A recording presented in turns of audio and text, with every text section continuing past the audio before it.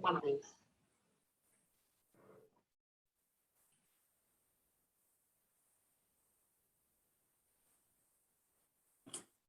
Good morning, Lori. Good morning. Hi. Hi. I'll be on video in 1 second. Okay, take your time.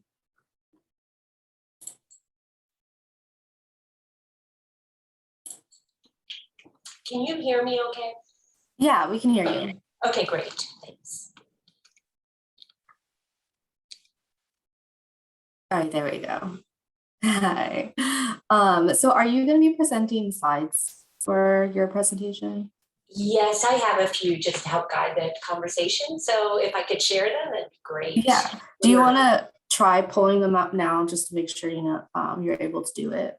Yeah, sure. Hold on 1 second.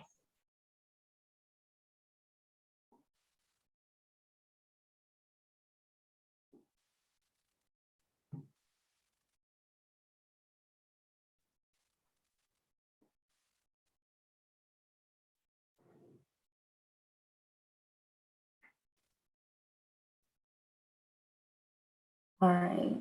And then are you able to put it in presenter mode?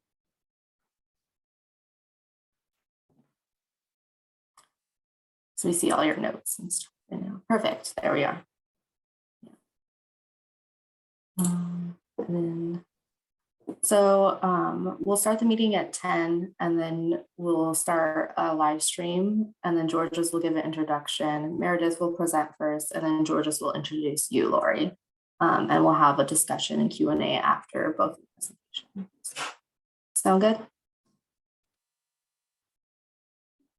Sounds perfect. I'll share those slides in 1 more minute, unless you want me to wait for George to introduce me. Yeah, so yeah, we'll wait. Georges will do his introduction and then Meredith is going to do her presentation first and then we'll introduce you and then you can go ahead and pull the slides. Thank you. Yeah.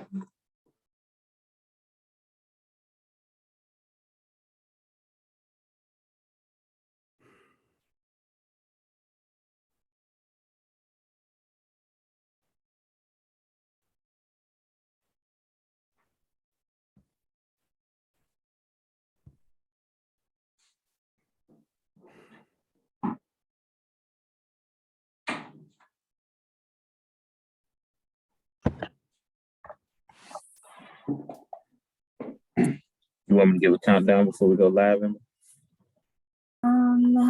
Couple more minutes, yeah. Yeah. Yeah, we're missing a couple committee members. So just... Is all the committee on? I am currently letting everyone in, so I think Okay. we'll wait just 1 more minute. Okay.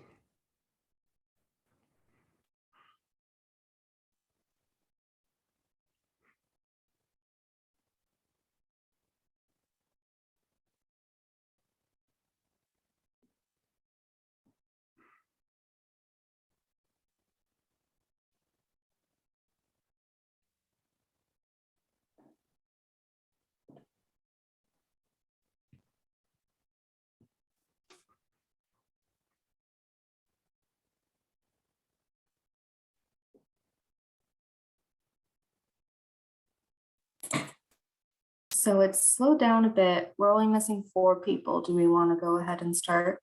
Yeah, let's go ahead. We can go down with our countdown. All right, Amir, can you do the countdown, please? Absolutely. All right. So I'll give a 5-second countdown. So 5, 4, 3, 2, and 1. Well, welcome everyone. I'm Dr. Georges Benjamin, and I'm chair of the committee for the analysis to enhance the effectiveness of the federal quarantine station network based on lessons from the COVID-19 pandemic. I would like to welcome everyone to the open session of the committee's 3rd meeting.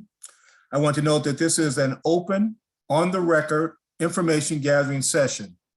That is, the committee is in the process of assembling materials that it will examine and discuss in the course of making its findings, conclusions, and recommendations. Therefore, I ask everyone here today to be mindful of the fact that the committee has made no conclusions and that it would be a mistake for anyone to leave here today thinking otherwise. Comments made by individuals, including members of the committee, should not be interpreted as positions of the committee or of the academies. This is the first session of the fourth meeting of approximately 5 planned full committee meetings. Some of these meetings may include public sessions, which you will have the opportunity to hear from experts in the field. The committee will deliberate thoroughly before writing its draft report. Moreover, once the draft report is written, it must go through a rigorous review by experts who are anonymous to the committee, and the committee must then respond to this review with appropriate revisions that adequately satisfy the Academy's Report Review Committee and the chair of the National Research Council before it is considered an NRC report. The expected report release is May of 2022. Further information on the study, including future meetings, can be found on the project website. Now, the open session today provides an opportunity for the committee to hear perspectives and lessons learned from state and local partners on the efforts for mitigating the COVID-19 pandemic, particularly focusing on the coordination and communication between federal, state, and local partners. And during the Q&A session and discussion, the committee questions and comments will take priority. Now, the public can submit comments to the study email address listed on the project website. And this meeting, of course, is being recorded. It's now my pleasure to introduce Dr. Meredith Allen, who is the Vice President of Health Security at the Association for State and Territorial Health Officials, who will share her perspective on state partners. Dr. Allen. Hi, Dr. Benjamin, thank you very much for having me today. I'm going to share some slides with you today that'll guide my presentation, and you should be able to pull them up now. Is everyone, can I get a nod from someone if you're seeing my slides? Great, thank you. We got you. So I wanted to give you a little bit of a perspective and some background information today, starting with a brief introduction to ASTO, a little bit of how these recommendations and lessons learned were developed that I'm going to present today, an overview of the lessons learned and recommendations, and then some overarching next steps that we would recommend from State Health. ASTO is a nonprofit organization representing state public health agencies in U.S. territories, DC, and the over 100,000 public health professionals that these agencies employ. Our membership are really the chief health officials for each of the state and territories, and our role really is to track, evaluate, and advise members on how they can impact public health in their state and also nationally. ASTO's vision is state and territorial health agencies advancing health equity and optimal health for all. And our mission there as well is to support, equip, and advocate for state and territorial health officials in their work of advancing the public's health and well-being. Just to give you an idea of our program areas, our priority areas here are performance and quality improvement, clinical to community connections. We have environmental health and health equity, immunization, infectious disease, informatics, maternal and child health, and prevention as well. We work in a number of grant opportunities with CDC and other contractors and federal agencies. And through our funded work, we're able to help our state health departments and our members develop programs and pilot things in their states. So just to give you a little bit of background of how we came about with these recommendations today. We looked back at Ebola as well. I know we're supposed to be focusing on COVID-19, but I think looking at some of the lessons learned from Ebola, and we weren't quite able to implement everything prior to the beginning of COVID-19, given that these were such close time. So we did look at Ebola, and just to jog everyone's memory, in August of 2014, they did start looking at increasing communication with travelers and requesting self-monitoring. And then in October, there really was this revised guidance to ask people to stay home from state and local health departments, and also direct active monitoring that occurred at several airports around the country. Looking at COVID-19, there were really 3 distinct things that came about when we thought 3 distinct areas. There was information for travelers themselves that was coming direct from the federal government, state and locals, travel notices, there were closures of borders. Then there was a program to look at airport screening, over 268,000 between January and April of 2020. These were really flights that were from China that were funneled from subset of airports. They were on-site screening of residents for symptoms and referral to testing, monitoring, healthcare, and quarantine. There was also a strong repatriation effort from the federal government in which 808 citizens, residents, and families that were in Hubei province were brought back to the United States, as well as the 329 passengers which were disembarked from the Diamond Princess cruise ship. And that really focused on federal quarantine sites and DoD facilities. In last year, in 2021, ASTA responded to a total of 277 COVID-specific technical assistance requests. A lot of these were from our members, but also from federal partners, other agencies that we work with. The majority of their requests were really around general questions, vaccination, funding, making sure there were correct contact information, a lot of data collection and management questions, and then also emergency declarations. You can see on the side, though, that the majority of our questions and the TA requests were specifically from state territorial health officials. We received over 20 specific requests around isolation and quarantine. The majority of them were around legal authority, who has the legal authority and when. Consistent selection became an issue around criteria for quarantine, the timeline, notification processes, both to travelers and their families, but also from state to state or other agencies. And then talking about a standard criteria set for housing and wraparound services. And so some of the things that we've gained from all of that information that we put together over the last year and a half are really falling into 5 distinct categories: planning, legal authority, data systems, wraparound services, and communications. For planning, there was really a need to strengthen isolation and quarantine preparedness planning in general. We found that there was a lot of confusion around the federal, state, and local roles and responsibilities, questions that really needed someone to really delineate specifically those roles and responsibilities at each level of government, evaluating plans and drills. A lot of what we had seen were that states were used to working with their quarantine stations on, the 1s and 2s, or perhaps even 5s and 6s, but on such a mass scale, the plans were not able to stand up to such a mass scale of identification. Also looking to identify and develop and share promising practices. There were requests around development of tools and resources to estimate costs for isolation and quarantine so that states had an appropriate level of estimation when they're using their plans. Continue planning around the evaluation of the use of active and direct active monitoring. When is it appropriate? There's a lot of question around, was it appropriate to be used for respiratory illnesses, and really looking at what is the measure to be used and when. It did seem, I see the resource intensive, the virtual technology, and when is it important and when can we use it? And also the evaluation of screening tools. Are they looking to identify who, and when are we looking to identify them?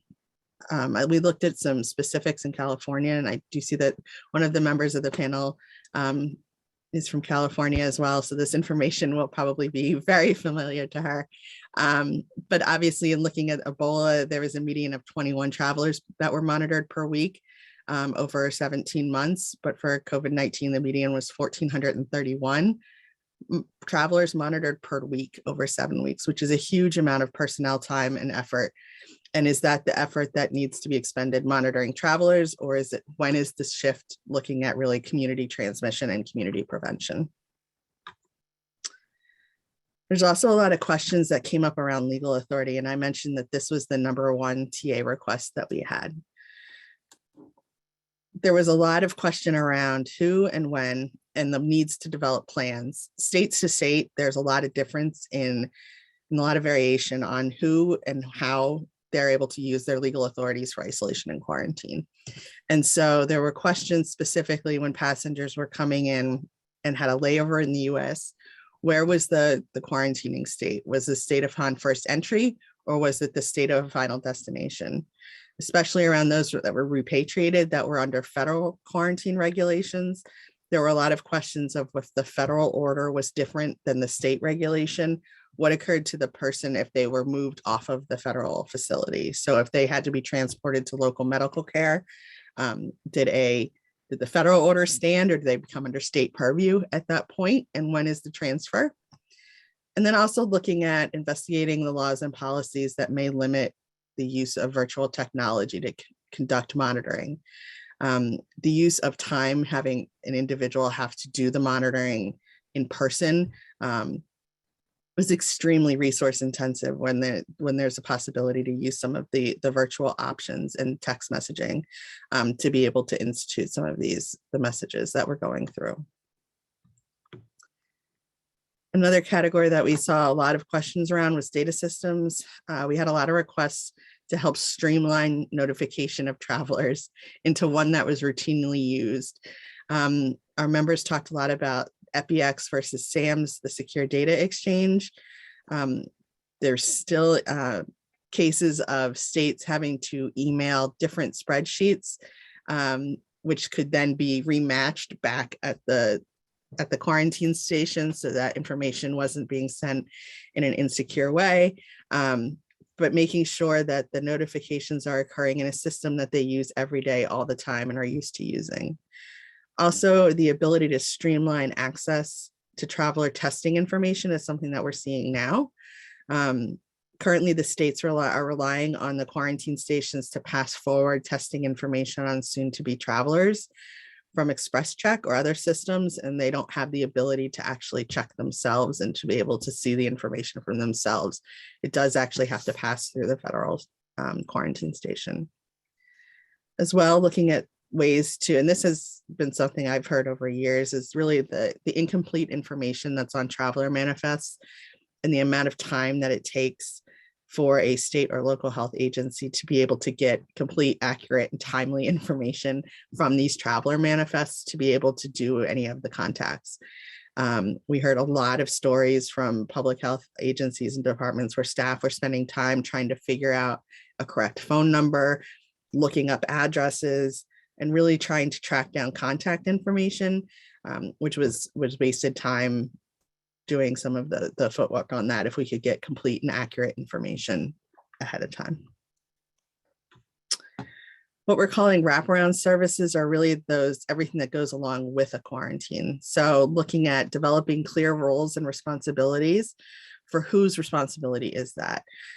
What are the minimum standards of infrastructure is one of the questions we got a lot around a quarantine facility. Are folks required to have an individual restroom for each group quarantined, such as like a hotel room, or are places like dorm rooms a possibility where there's a congregate restroom and a number of different sleeping areas? Provision of food, medical services, communication, what entertainment is required to be provided, if at all, TV, internet, communication information, and then also transportation between facilities and also jurisdictions. If the patient or person being quarantined does require a transfer, whose responsibility is that, and how is it paid for? Communications always comes up as an issue, no matter what the situation. Whenever we're looking back, I think we can always communicate better.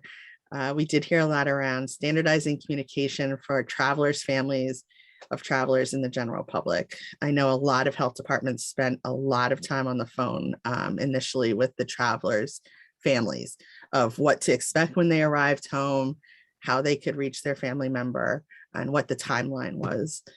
Additionally, and this is something that runs through a lot of this presentation, is to consider the use of electronic means of communication when possible, and then also increasing communication between state, federal, and local agencies around any of the issues from quarantine and isolation. Just to give you our broad overarching next steps that we would recommend from all the information that we've collected is really to develop an interagency federal working group. We would recommend that federal agencies such as CDC, DGMQ, ASPR, CBP, among others, state and local health department representation, specifically looking at those with either high traffic airports, land border crossing, maritime ports, emergency management officials, industry representation, airport and port authority, as well as association liaisons, which can support their members that are also represented above. we think them looking at developing these plans and resources and taking a look at everything that's happened throughout COVID-19 and Ebola would be able to really develop some distinct guidelines and plans forward with representation across. We also want to make sure that we're looking at ways to prevent the erosion of public health legal authority. ASTOS really is currently monitoring the introduction of several bills at the state level that would impact the ability of states to issue isolation and quarantines in general. And this is not just to travelers, this is across the board. And I've listed here a few. There's Kansas, Washington, Missouri, Iowa, and Oklahoma currently have some bills that have been introduced that go everywhere from prohibiting isolation and quarantine for public health reason at all, looking at repealing the local health officials' authority around isolation and quarantine, or certainly narrowing the scope of it. And that's something we've been really concerned about. And then finally, something that we always advocate, regardless of the topic, is really to ensure state and local input on all guidance and process development. And you can see this is our recommendation through participation on an interagency work group, but also enlisting associations to really help correct that pre-decisional draft guidance review and input from state and local public health agencies prior to final guidance development. Thank you very much for listening today, and I look forward to answering any of your questions. And I will turn it back over to Dr. Benjamin. Thank you very much, Dr. Allen. We now want to hear from Lori Freeman. She's the Chief Executive Officer of NACHO, National Association of City and County Health Officials, who provide the local partner perspective. Lori. Thank you, Dr. Benjamin, and good to see everybody. And thanks for the invitation to join you all today. Just getting my slide up.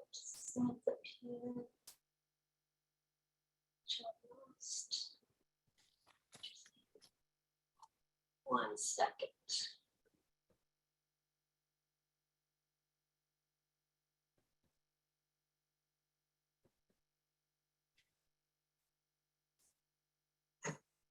Okay. Perfect.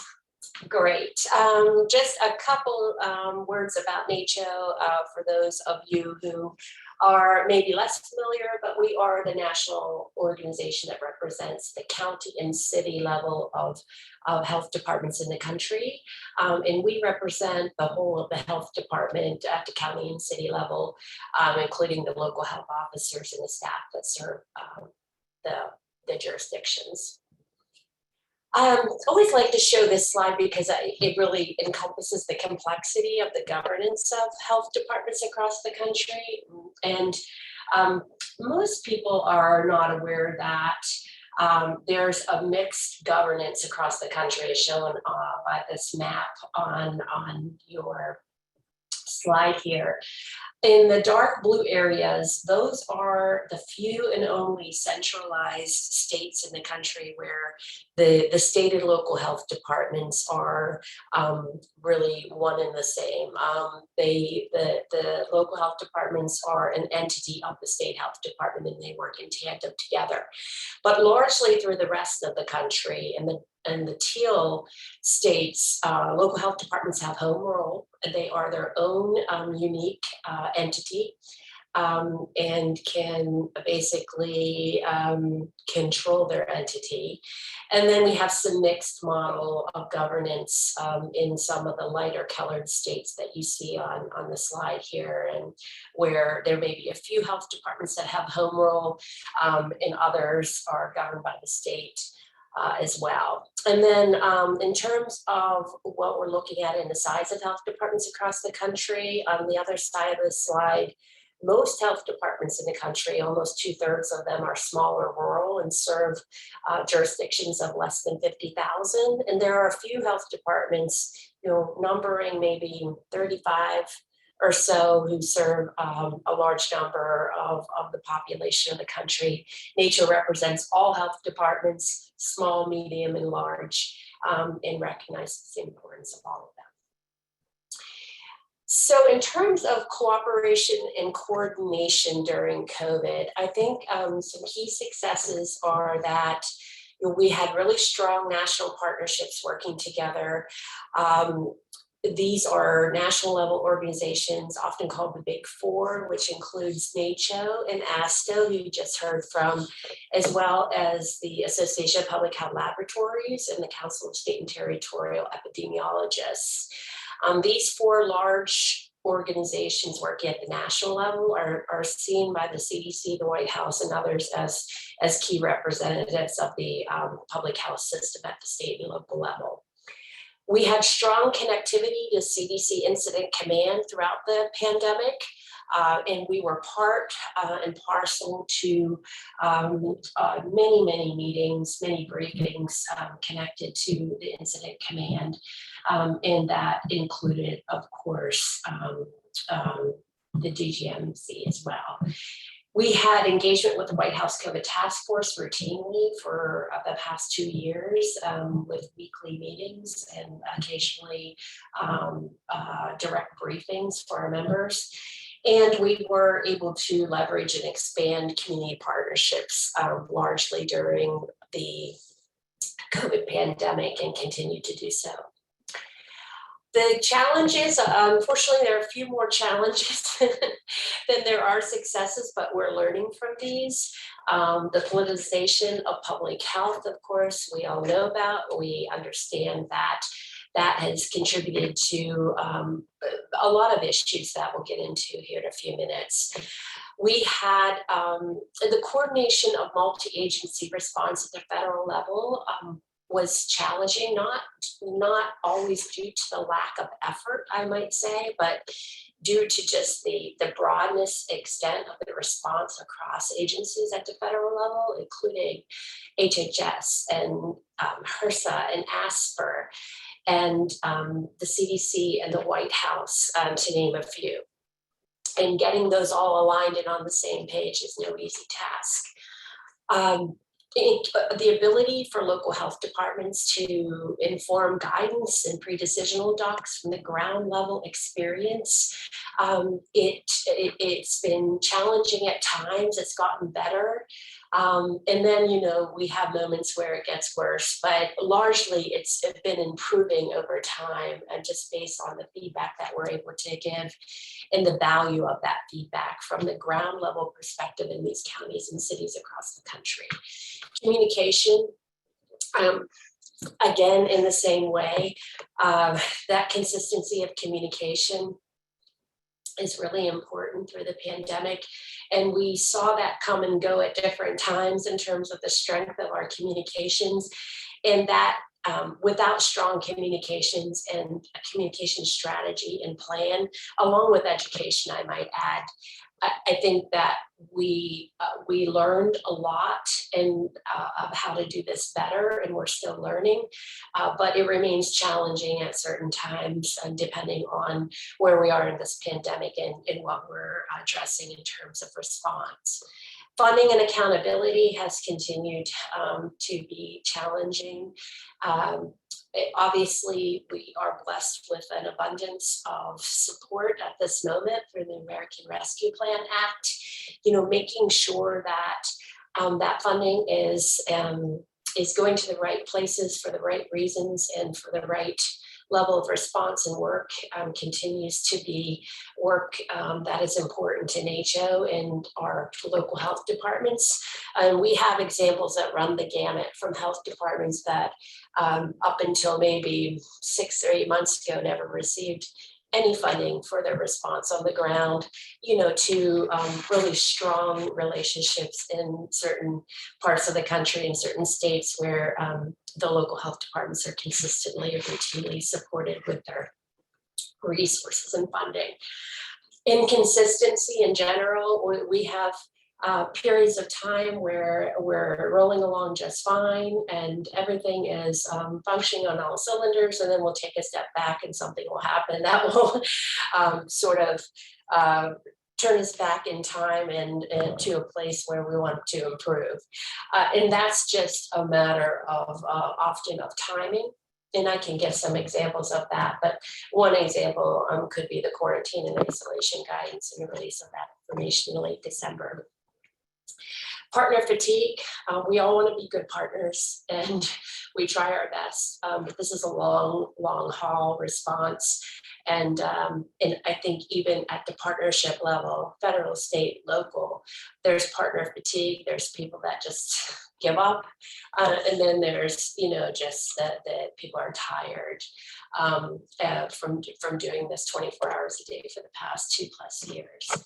And then I guess the final key challenge, a really important one, is the local health department ability to have insight, visibility, awareness into information and data that exists at various levels of government. And one example here is that NACCHO still has many health, majority of health departments have never had insight access into Tiberius, which is, and I often get asked the question, why is that so important?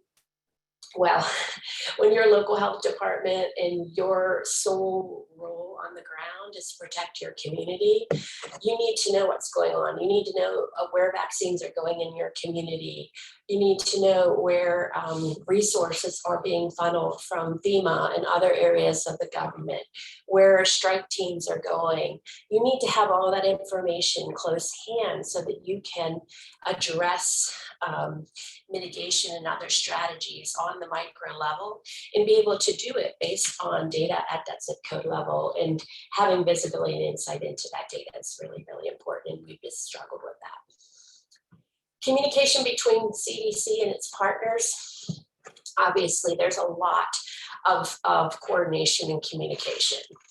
Bi-weekly meetings for over 18 months with the partners between the CDC and our partner groups. We've had special briefings with state and local health officers throughout the pandemic. Often the CEOs of the national organizations are have alert calls. We could get a call at 9 o'clock at night from a CDC incident command liaison or White House liaison, giving us a heads up that something's coming in the morning. That's not how we like to do things necessarily, but at least we have an alert. We're working towards a better model here where we have greater insight, a few more hours, more than a few more hours ahead of time, so that our local health departments on the ground know what's coming at them and know how to plan for it and know how to communicate it. The coordination of communications and key messaging across federal agencies, for the most part, has improved over the pandemic. It's better now than it was. Is it perfect? No. And I think, though, that there is a concentrated effort between the federal agencies to do better at this and to coordinate key release of information, data guidance, and that sort of thing. We see moments where we stray from that coordination, but for the large part, it's working fairly well. The release of guidance with accompanying data, science, and communication strategy. This is a fairly big one. We don't think that any guidance should ever be released without key accompanying data, evidence, science, and communication strategy, including talking points. And this is for our health departments. Imagine being on the ground and just being handed a piece of paper saying, these 5 pieces of paper include important changes that are happening today, without an opportunity to educate your public about why these changes are being made, what the basis of those changes were based in science and evidence. And having those key talking points. It's really hard to be a good partner in extending that messaging and being part of the solution, not part of the problem. So our local health departments really need as much information as possible before it hits the media, before it hits the public, in order to prepare and to be able to answer questions. Usually when there are major guidance changes, those health departments are the first to get the calls, and they come fast and furious at the health department from community members. Inconsistencies and conflicts between federal, state, and local laws, regulations, and policy.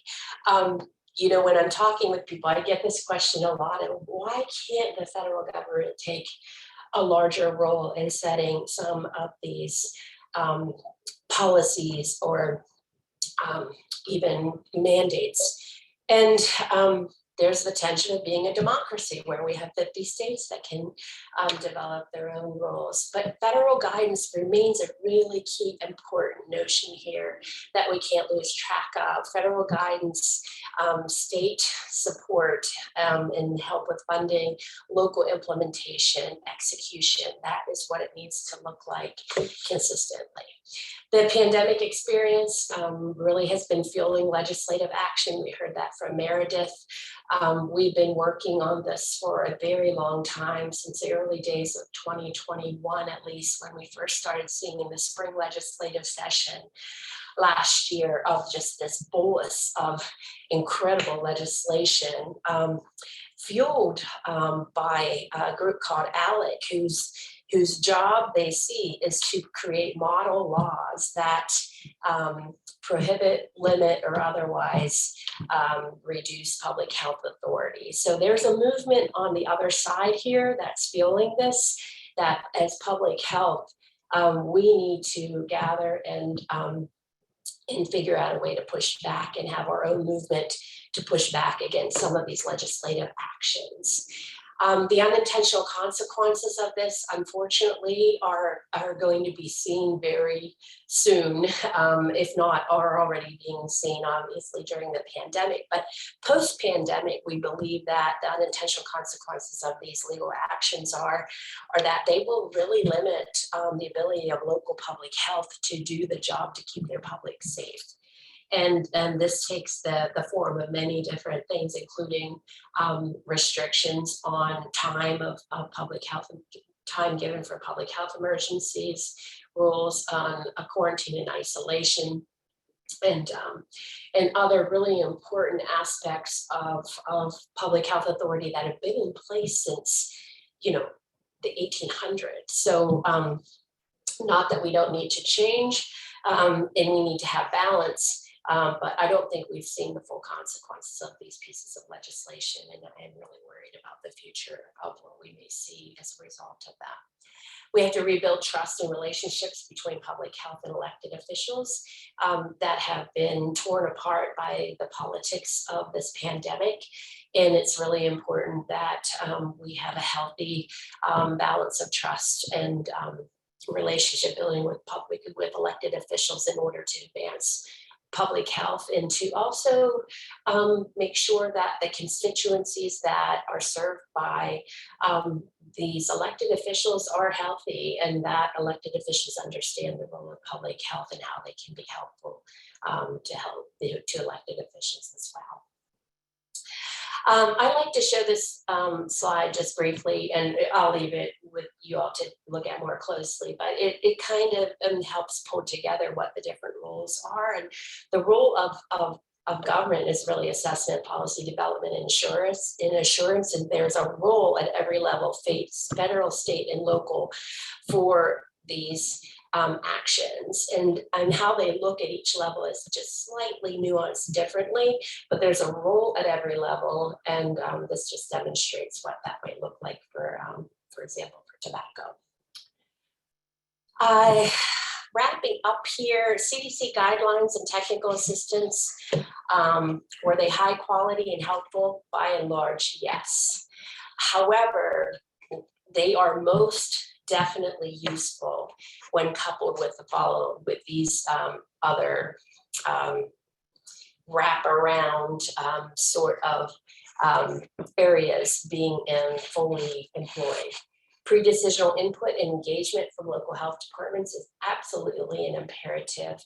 You cannot have federal guidance without understanding how that looks like implementation-wise on the ground. How do they execute it? And what is happening on the ground tell us about and help inform these guidance documents. Briefings ahead of release is a strong recommendation, including the inclusion of embargoed material. We need more trust within our public health system. We need the federal government to trust its own public health system, state and local, that they know what embargoed material is, they know what not to release, but give them the benefit of the doubt and give them the tools that they need to execute successfully the guidance that is happening and being released at the federal level. I already mentioned the importance of releases accompanied by strong data and evidence, as well as communication strategy. That there were a few times during the pandemic when we didn't have data and evidence to go along with our guidance changes, and this creates some issues, doesn't it? But we know sometimes we don't have it, but we need to explain if and when releases come without data and science, and a different approach is necessary, why that was necessary at that moment in time. And not just say, well, we don't have it, but we believe this is what we need to do. The public is looking for that, and it really shores up the trust. Focused approach on evolving guidance. We are so buried with our head in the sand every day, what's happening this day at this moment of this pandemic. But we need to have some looking up and out in terms of guidance and recommendations for our public health system. And what I mean by this, for example, is, others will get ahead of us otherwise. The media, journals, information will start coming out that will force us to look at guidance anyway. So I think we could do ourselves a huge service by, having a component of our work really looking up and out to see what's coming down the pike and to focus approaches on evolving guidance. And then technical assistance is still mired down in bureaucratic structure in this response somewhat. And it's because of our systems, federal, state to local, but sometimes the locals it never makes it there. So we have to find ways of getting help to the people that need it most, regardless of the structure that we're mired down in, and figure out how to overcome those structures to help communities that need it most when they need it. Coordination with private sector transportation partners. The connectivity, aviation, maritime industries during COVID in general, we received updates during our CDC calls on what was happening in these areas. For the most part, we were working in tandem in getting updates and really pushing for local health departments to have visibility and awareness into what was coming into their communities, whether it be passengers being transported from point A to B, whether it be immigrants coming into the community from other places and needing follow-up care or assistance in public health areas. But the things that I think the overarching comment here is engagement with local health departments always necessary, because ultimately these ports, these airports, they sit in jurisdictions and it's local. And so the more that we can bring our local health departments into the conversation, make them aware of what's going on, have them provide input and guidance into any decisions, the better the solutions will end up being, and the more on board our local public health partners will be in the process. We haven't heard much about border measures during the pandemic at all.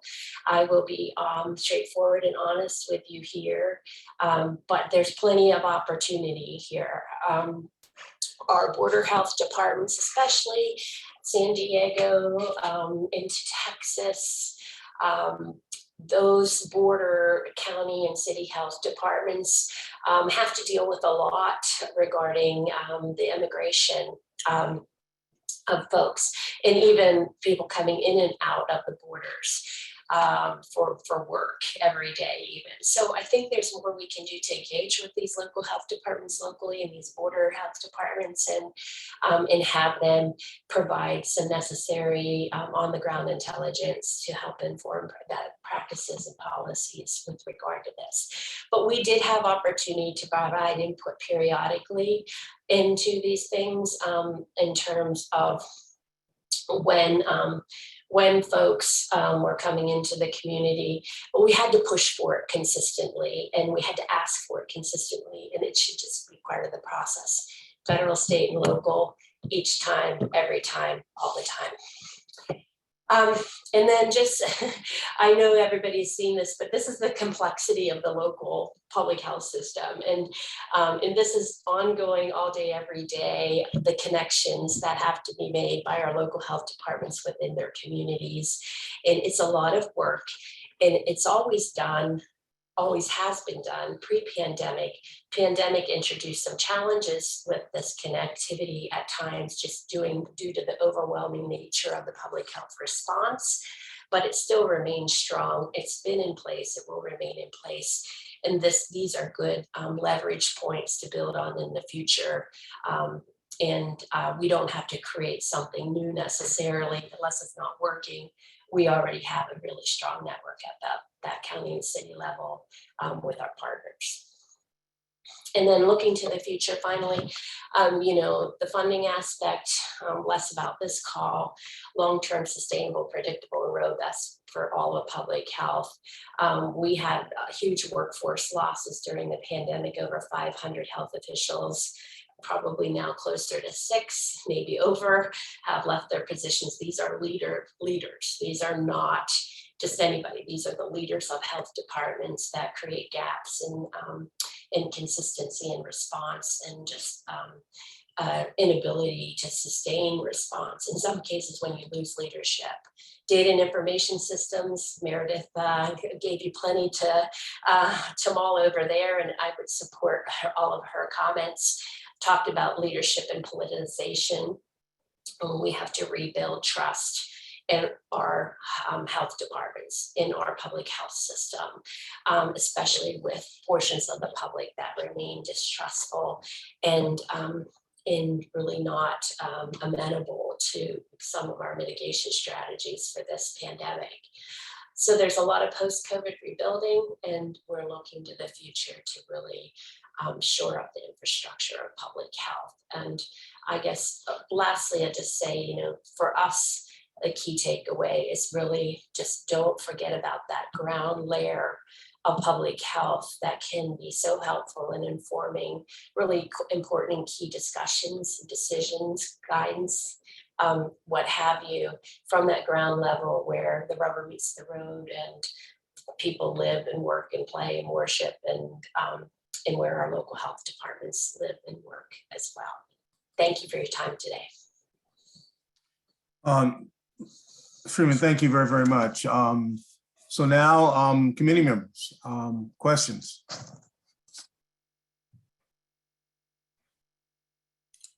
Marcy. Hi, thanks both Lori and Meredith. They were really informative talks and really summarized the issues from my old local perspective. I wanted to ask both of you, I think both of you know that I used to work at the New York City Health Department and was there for a very long time. And one of the most challenging issues for us was always pre-planning for more large-scale isolation and especially quarantine needs, and really struggle to sort of find place, though we had thought about what was needed a lot and sort of had a checklist of what we would need to find, we never were able to sort of set up something ahead of time for more than a small number of people. So a smaller incident, nothing on the scale of what was initially required when COVID first happened. And I'm just curious for both of your thoughts on whether this is something you feel state and local should take the lead on, or whether there's a need to sort of pre-identify places at the federal level. It was always a hard struggle for us. Like, we got guidance on how to do this, but never, sort of funding and or sort of all the challenges in every site having to figure this out on their own. So thanks. I didn't hop, oh, go ahead, Meredith. Sure, I was gonna say either, we've heard the same issue. That's definitely not something unique to New York City. I think that we've heard this a lot through specifically this last large event, and funding had been raised as an issue, but then also, when it was Ebola and it was a smaller event, the idea that people had, and the fear around Ebola being in, potentially being associated with their facility became a huge barrier for folks to be able to line up. And so I do think that there's certainly the need to develop the planning ahead of time. I think there's in some ways some helpful, it would be helpful to have some federal, not just guidance, but also input into an actual help with the getting of these locations and making sure that there's the contract management and the continuation of being able to ensure that the facilities are available and ready, apparently at the drop of a hat, at sometimes depending on the need. Lori, do you have any? Yeah, ditto to that, Meredith. I think that our at least at that county and city level, their pandemic preparedness and response plans included things like that in them. But when you are activating your response in the moment, and overwhelmed and everything that goes with that, it's a little bit of a different situation.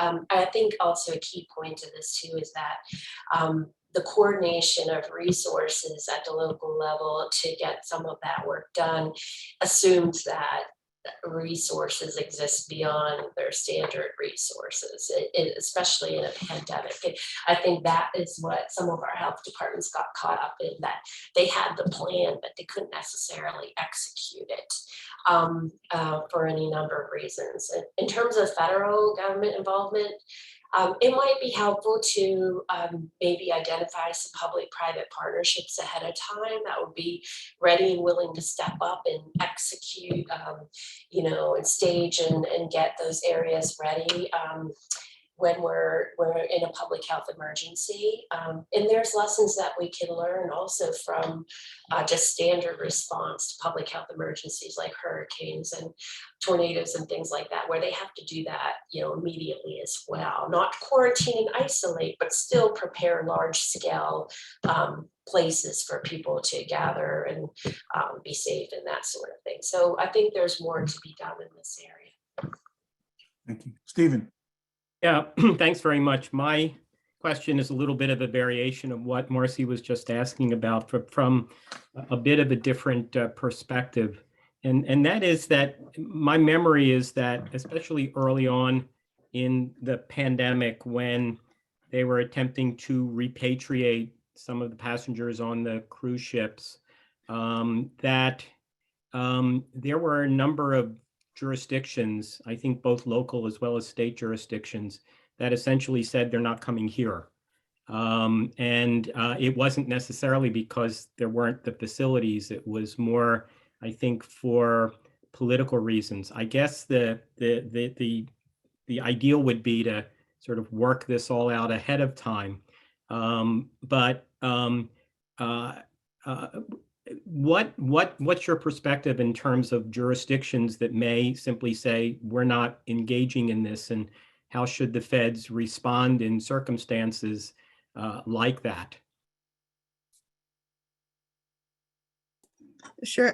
From, I think, the state perspective, a lot of this goes to, or at least I attribute a lot of it to the knowledge base. And I think that this was a lot of folks' first time really understanding what quarantine was and seeing it on the scale at which we were looking at. And so I think that we do need to have a consolidated effort to really educate our public officials, and making sure that people understand what quarantine is, why we're doing it, and what it's looking to potentially prevent. And I think that, through some education and through consistent education, obviously you have turnover of elected officials. You're not going to be able to predict what all of them would do or say, but I do think some education consistency would help. Also, a lot of working some of these things out ahead of time, looking at the finances of how to support it, the staff required, and being able to actually plan and agree on some of those at least basic foundational things ahead of time would have been helpful prior to especially the repatriation around the cruise ships. And then if I can ask sort of a second part to the question, you raised the sort of the question of where jurisdiction sort of ends between the feds and the state or local jurisdiction, especially in a circumstance where you may have somebody that shows up at an airport, they need medical attention, they need to be transported to a hospital or something like that. What's your sense of where that division should be? That's one of the things I think would be helpful for a working group to figure out. I don't think I have enough of a legal background to be able to give you that answer on that, but I think it's an important thing to figure out. It was identified as a gap in looking at, is it, whose ultimate responsibility is that transport, first of all, kind of in arranging, is it coming through the federal side or is it coming from the state side, and making sure that there is some continuity and that no individual falls through the gap, but making sure that we talk about it ahead of time. I don't know, Lori, did you have any kind of comments on that one as well? And I think that, well, I have a lot swirling in my head around this, but one is just the key necessity of transparency at all times across the board, and really bringing together the health departments with the elected officials to be on the same page about this. And we have to overcome, this difference between the elected officials working for the constituencies and just pure good public health practice. And I think that the politics have gotten in the way a lot. I know that if you were to ask virtually any health department in the country if they could take on,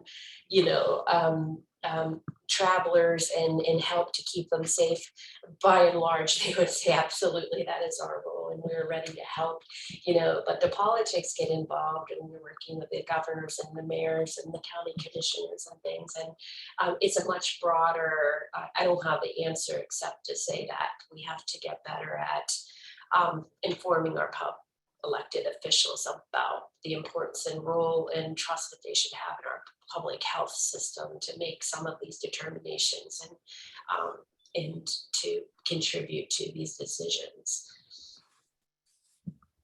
Let me ask, were there any pet issues that either one of you identified during this, where issues of isolation and quarantine involved having to address people's pets?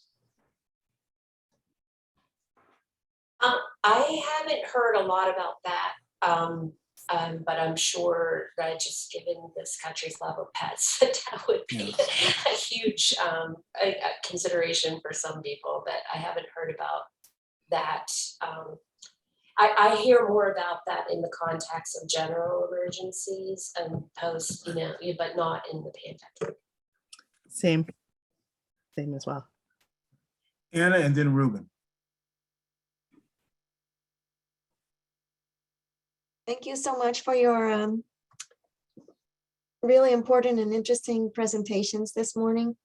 I wanted to ask a few more follow-up questions related to issues of burnout and leadership. I suppose perhaps Dr. Freeman, you could best address this, but from either one of your perspectives.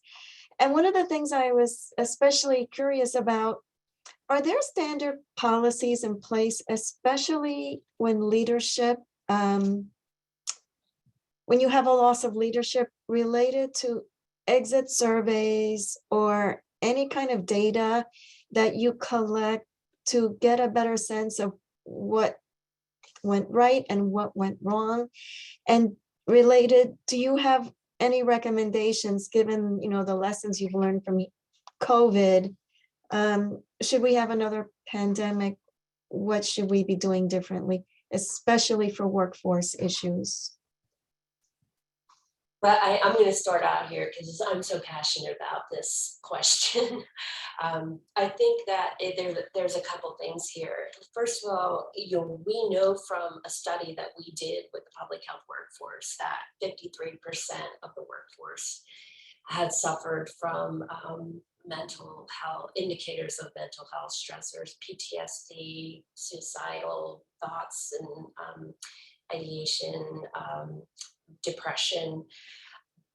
So since that study a year ago, I'm frustrated that we haven't done more as a community and as a field to address this with the prominent members of our field. And the longer this goes on, the more terrible it becomes, because they feel like they're not on our radar, we don't care about them, or they're not as important as healthcare workers. And the HHS invested $120 million in resilience and mental health strategies for healthcare workers, but we haven't seen that level of investment for public health. And so once again, here we are, not being seen and heard in the way that we want to be. So we have to fix that. We have to get resources available and the right solutions into the hands of our public health agencies that allow them to help their staffs to overcome some of these the crisis that they're facing. In terms of the loss of leadership, and by the way, I will say that our public health organizations at the national level did a similar study of our staff and got identical results. And we are working together in tandem to address it with our own staffs who have the double burden of both representing a field in crisis and then being in crisis themselves during the pandemic. So in terms of leadership and how we rebuild that, I think we have to show our public health field that we're serious about giving them the tools and resources that they need to do their jobs, and in the support that they need at all levels to do this work. And this can be something as simple as, don't forget to mention public health departments when you're talking about the response. We talk about this all the time with the White House. Can you please just, beyond mentioning FQHCs, can you please mention our public health system that are part and parcel? So that lack of recognition contributes to, and we have a lot of rebuilding to do with leadership, and I'm worried about not being able to do it. We have more people than ever in public health schools graduating and fewer people than ever entering public health. So as a field, together collectively, we have a lot of work to do. I echo Lori's sentiments there as well. I think, we've had, with our membership has seen turnover as well, and really looking at the unprecedented challenges they face, not only working every day, but from the public. They received threats to their families, outside of just the enormous workload, and really looking at why there was burnout and looking at the foundation of our public health system and how we prioritize and how we staff our public health infrastructure. What skill sets do we need to expand? How do we want to expand them and make sure that people have the resources, not just the funding resources, but the actual people resources that we need to be able to meet these challenges in the future. Absolutely, though, I think that Lori said it really well. Ruben. Your presentations were very helpful and I really appreciate it. I know CDC has an historic relationship with state health departments.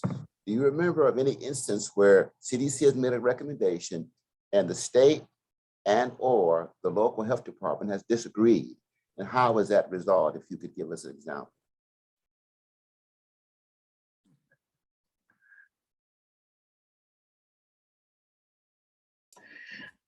I can probably say yes, it has occurred. I can't imagine it hasn't. And I'm thinking through, what you're seeing on the news now, and kind of through the pandemic. CDC makes the recommendations that they believe are the best recommendations possible. The reason that they guess they're not requirements or enforceable requirements is that it is a recommendation, and that states do have the ability to take the recommendation, but then knowing their own kind of state level features, I guess, able to kind of craft what they think would work best in their states. And I would assume this would also go down to the local level, being able to know their locality and being able to do what they think is right in their location. I think that there's always the effort to communicate if there is if there is a disagreement around what the guidance or what the next step should be. We found CDC to be very open in terms of making sure they want to get on the phone and talk and figure out like, what are you seeing different? Are you seeing different data than we are? Are you receiving different information than we are? And how do we reach an agreement, or it's something that makes sense to both of us? But there has always been an open communication that we found, which has been really helpful. Even if it doesn't necessarily get everybody to the same place, there is an understanding of why or where the reasoning came from. And so I think that openness and the communication goes a long way in that relationship. Lori, you have any?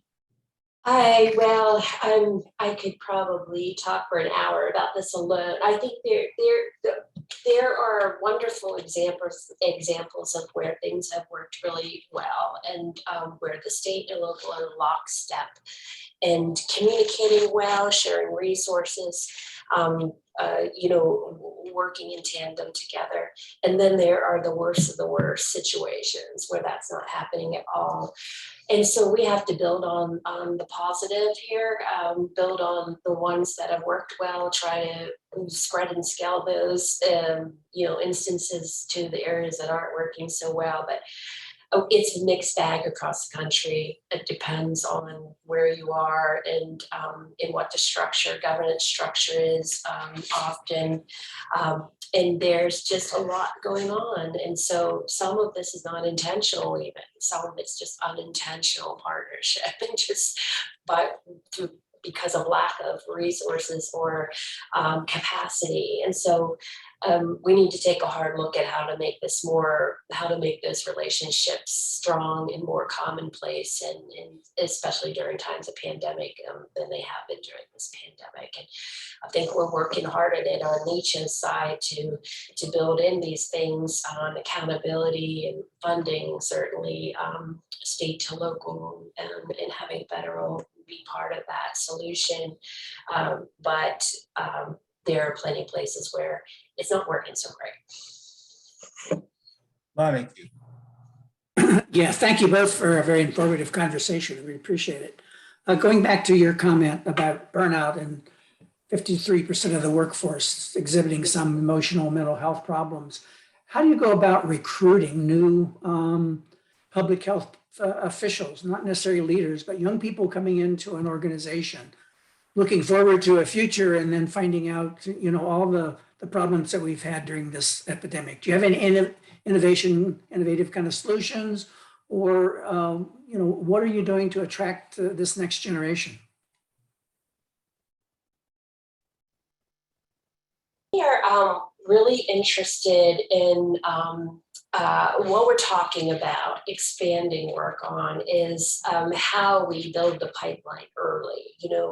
When you're even a child, what are the first things you learn about? You learn about doctors and nurses, but you don't necessarily learn about what it is to be a local health official or sanitarian, or any number of roles that you play in a local health department. So we're looking at going back into the early stages of childhood, really, to start this work to build pipeline.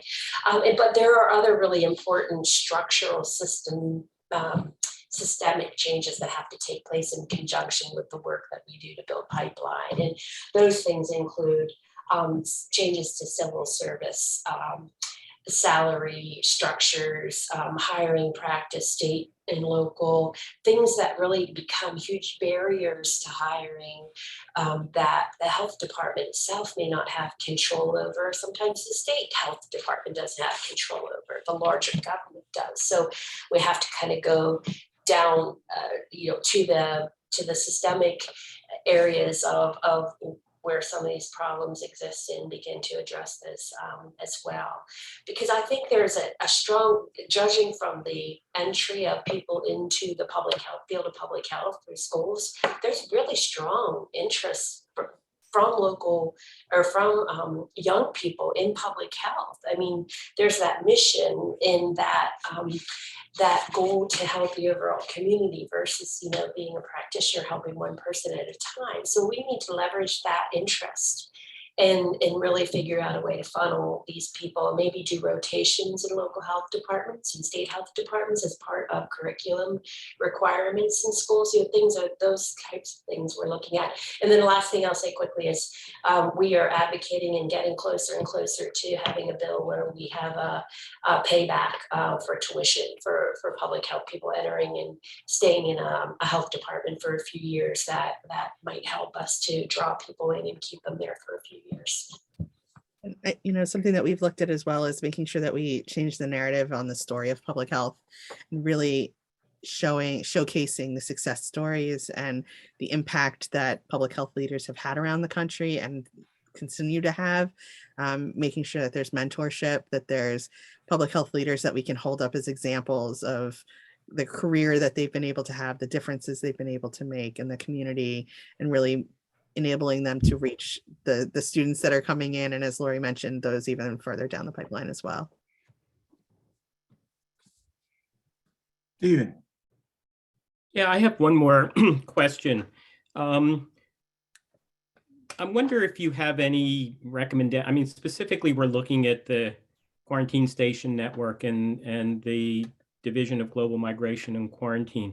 I'm wondering if you have any sense as to what the quality of the interaction has been, not just during the pandemic, but in general, between state and locals and their quarantine stations, and whether or not you have any recommendations regarding the ideal working relationship. And one of the observations is that, you know, they're sort of told by the division that the staffing of the quarantine stations is woefully inadequate.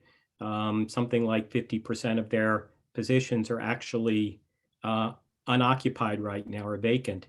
And so it must really affect the quality of the interaction that they are able to meaningfully have with state and local. So I'm wondering if you have any recommendations besides they ought to fill their positions about what the ideal working relationship should be and what the communication should be with the division in general, rather than specifically the larger CDC with states and locals.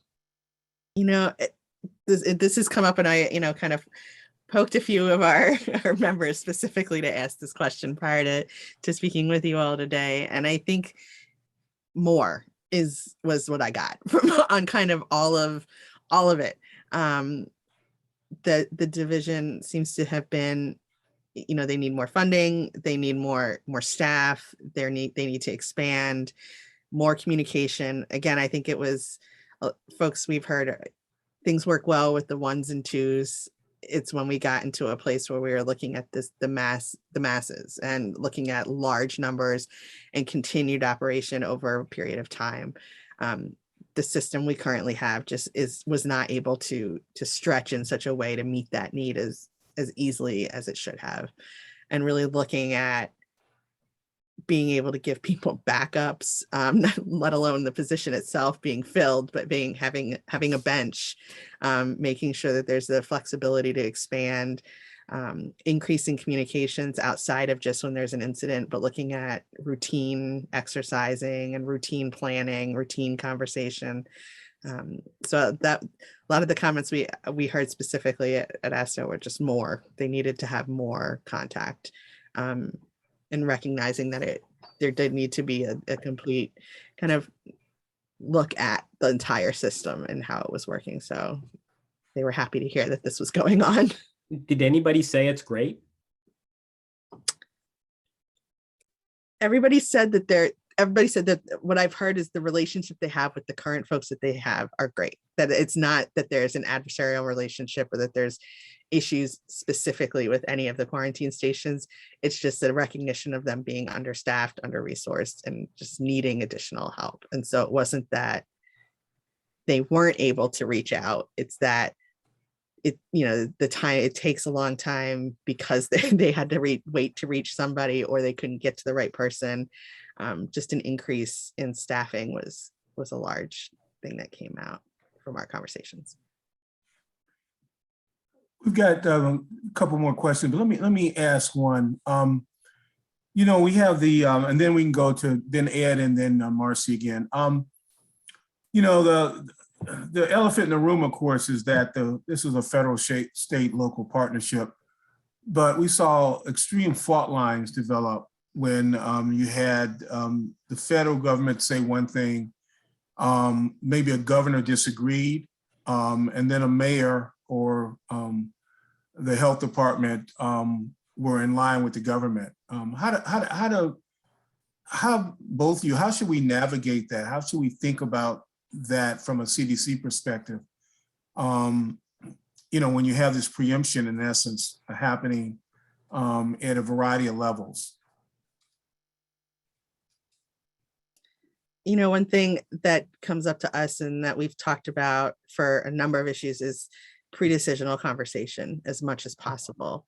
I think there were times when people were hearing information on the news prior to anywhere else, or getting, and I think that did spur a lot of issue in the beginning. And so the more we can have people in on the discussions ahead of time, or when those decisions and discussions are occurring prior to any changes, the better off we'll be. And hopefully that will allow for some folks to be able to make more of an alignment across the federal, state, and local jurisdiction.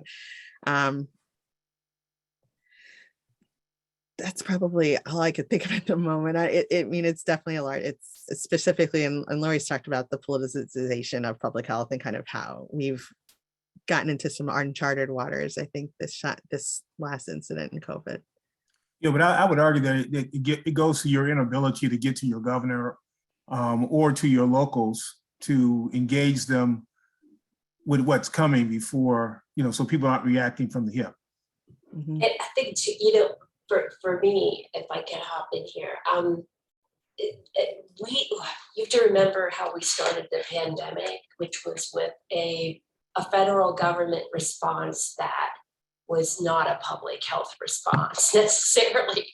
It was purely a federal emergency response in many cases, and guided heavily by governors and by elected officials. And the pivoting of that in the middle of the pandemic was welcomed, by the way, by organizations like ours, but we never could quite recover from that necessarily. And you can understand why, because governors were used to being involved in decision making. Ideally, I think what it should look like is governors, mayors, county commissioners, elected officials, working, in tandem with their state and local and county health departments, and the whole of that group being the group that the federal government works with as well, to bring us together to work through some of these things. And that still hasn't really happened. Yeah, they should empower you and then get out of the way, basically. Yeah. Ed, Marcy, and then Michelle. Yeah, many thanks for the comments. Just trying to figure out the nuts and the bolts of forget the pandemic for a second with sort of a tsunami wave, but like when the system, which was organic, that was in place of somebody's coming in with XDR TB or maybe monkeypox or maybe an Ebola exposure. I'm just trying to get my feel around on the quarantine stations. Would that go up the chain of command, like at the quarantine station at Airport X? Would the local authorities work with operations in Atlanta, or would the local quarantine officer get on the horn with a colleague at either the state or municipal level to sort of say, oh, we got a maybe monkeypox? I'm just trying to figure out what's the normal chain of command and operations approach. Locals will rarely work directly. Okay, it is really highly recommended they work through their state, and that works well when the states and locals are working together well already. But when they're really independent, it works less well. So that full coordination needs to occur, whether it's locals working directly with the CDC or working through the state, but Oh, when I say locals, I mean both state and, I guess the question is, state local. is the typical modus operandi, if there's an XDR TB person on that flight, and now we have to track down the 4 people who are sitting next to them, et cetera, is some of that done? Is that because state gets notified by operations in Atlanta and then state says, oh, these are the 3 municipalities I have to work with? That's what I'm trying to figure out. Who makes the phone call to state or territory? Is that from operations in Atlanta? I can tell you that the territory or the jurisdiction is usually the last involved, the last stage. And that's just the way that it works. Yeah, from what my understanding is that it does go from the quarantine station to the state. But there is a almost simultaneous notification up the chain as well into Atlanta. And then I believe the coordination occurs in more of like a group, and then it goes from state to local around figuring out where, which locality and who's got jurisdiction over the kid who we're notifying. But I do believe there is contact between the state and the actual quarantine station itself. That's what I'm trying to figure out. So there's direct communications from quarantine to state. It doesn't necessarily have to go through an operations branch. That is my understanding, that there's direct. Okay. It's a direct line. Thank you. Yep.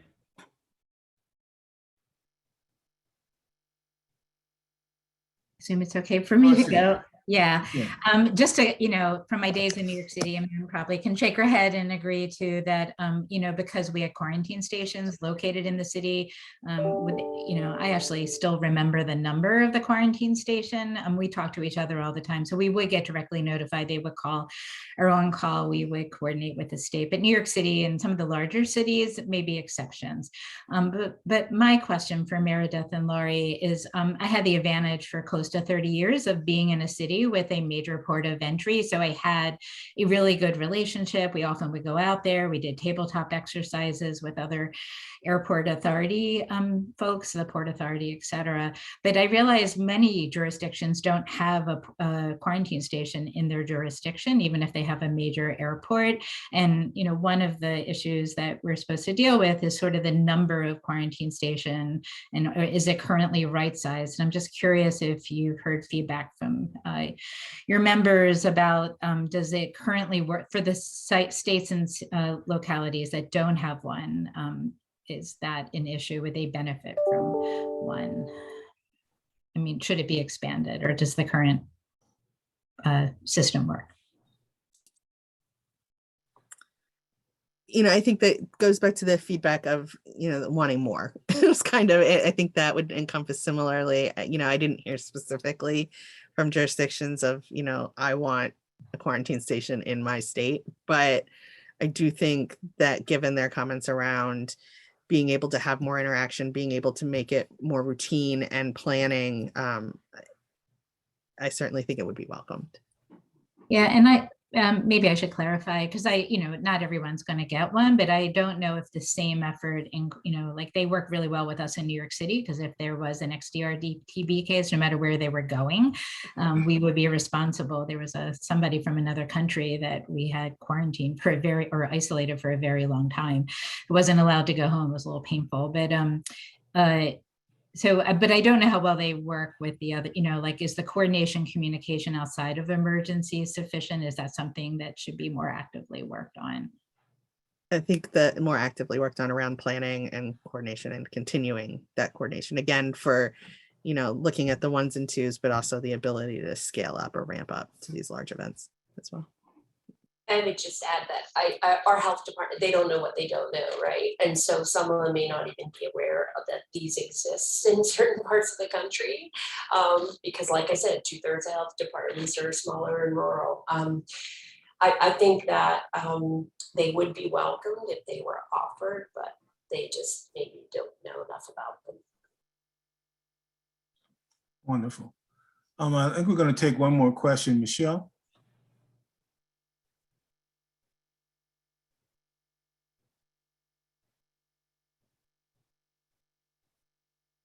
Michelle Berry, you're muted.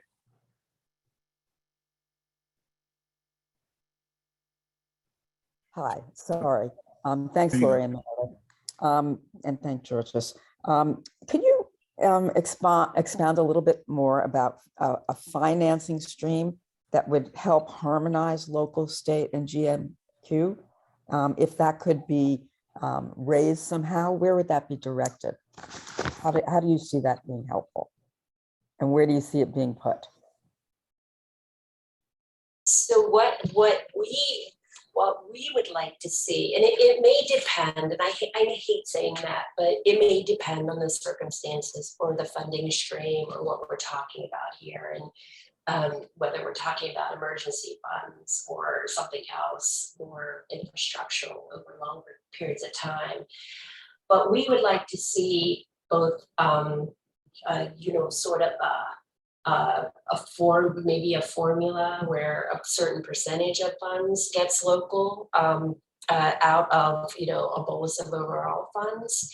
That would be sort of the blue sky thinking, in that percentage negotiable. And we're currently working actually with the CDC on this right now in terms of some future funding notices, and also advocating for with Congress.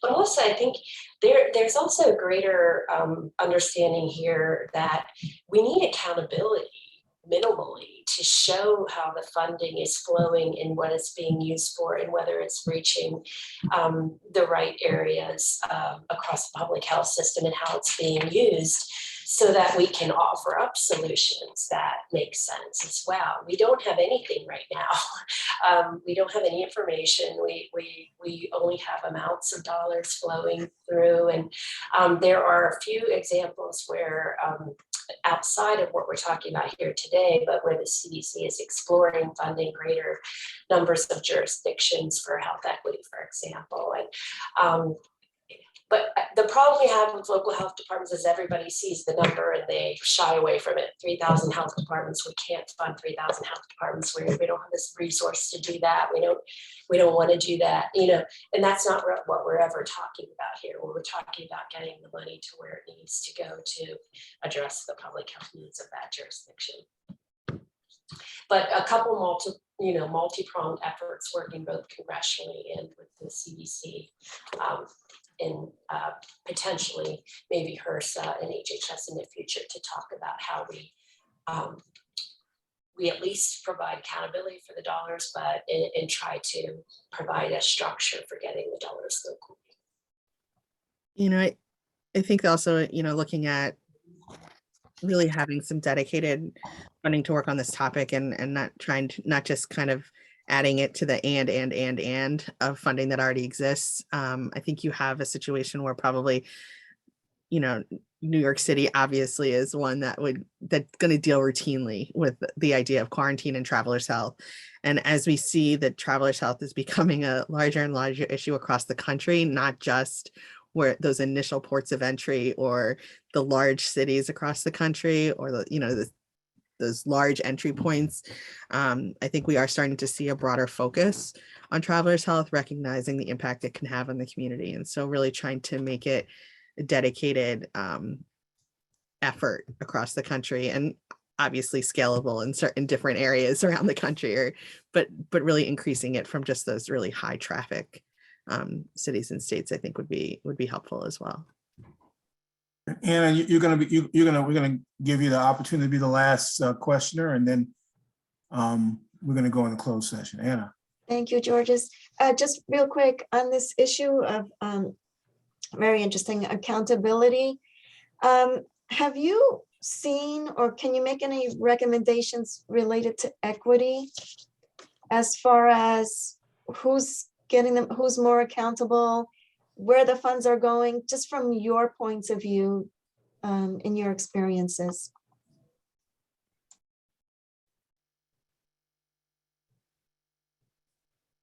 So I have a good example, and it comes from the previous administration actually, and Dr. Redfield at the CDC was largely behind an initiative to reduce HIV and AIDS transmission in communities across the country. And it was a data approach, very scientific, evidence-based, where they looked at jurisdictions that had the highest prevalence of HIV and AIDS transmission, low PrEP uptake, that sort of thing.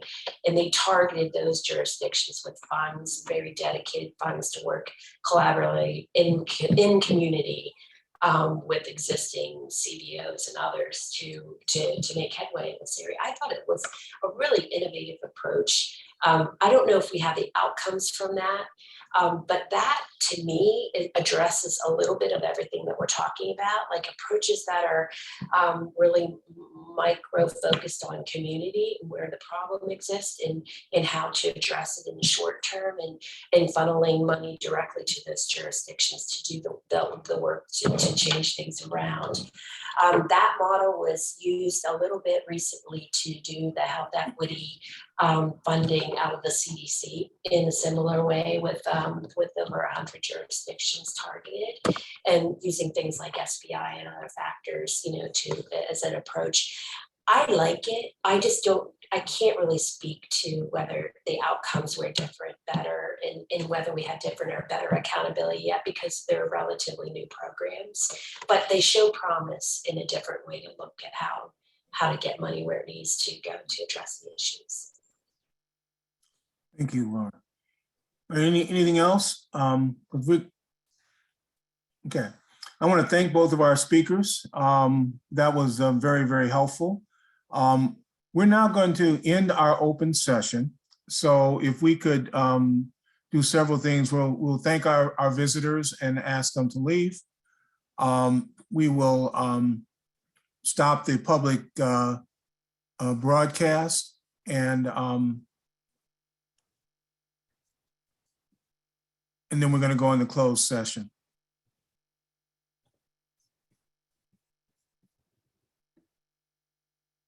Okay, we're off live. Thank you, sir. All right. I let that go a little longer than we had initially planned, just because I thought we were getting some really good information, firsthand information. Any thoughts about what we just heard from those two speakers?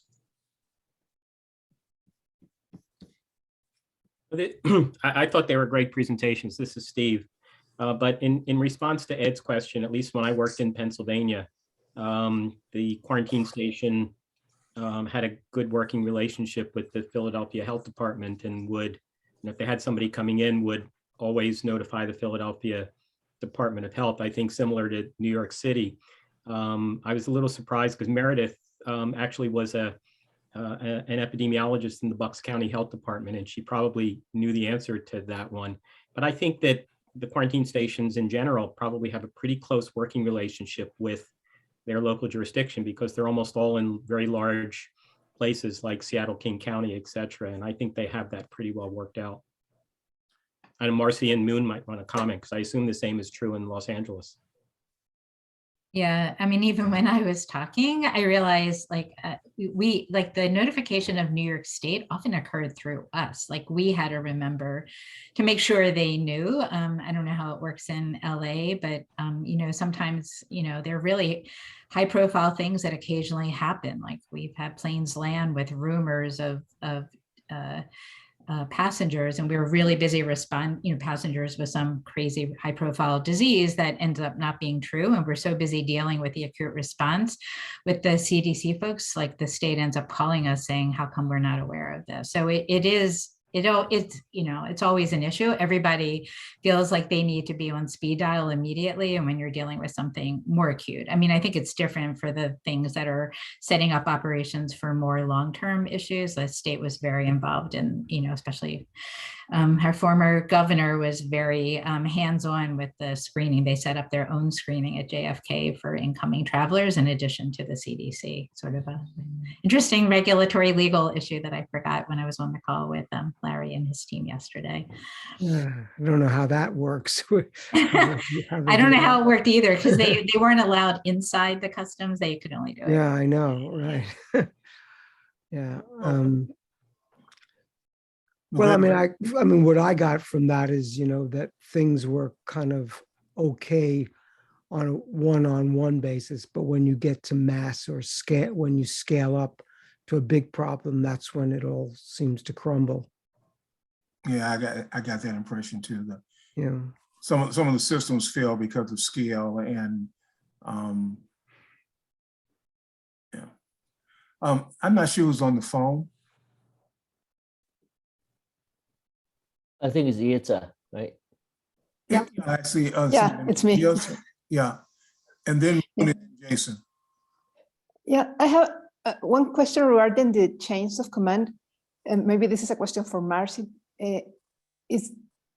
Are there written protocols for the chain of command, or is something that is done in a, person by person basis or something like that?